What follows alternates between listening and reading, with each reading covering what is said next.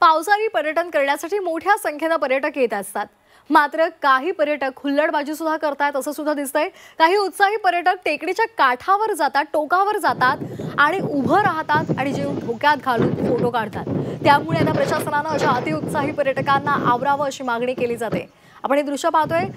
सध्या पावसाळा आहे आणि त्यामुळे अनेक जण सहलीसाठी जात असतात। खास करून टेकड्यांवर काही लोक समुद्रकिनारी जात असतात। मात्र अशा वेळेला जीव धोक्यात घालून ही पर्यटक मंडळी फोटो काढत असतात आणि त्यामुळे ही अशी नसती साहस करणारी जी मंडळी आहेत त्यांना तातडीने आवरावं अशी मागणी केली जाते। तर तिथल्या संपूर्ण परिस्थितीचा आढावा घेतला आमचे प्रतिनिधी अनिरुद्ध दवाळे यांनी। पाहूयात।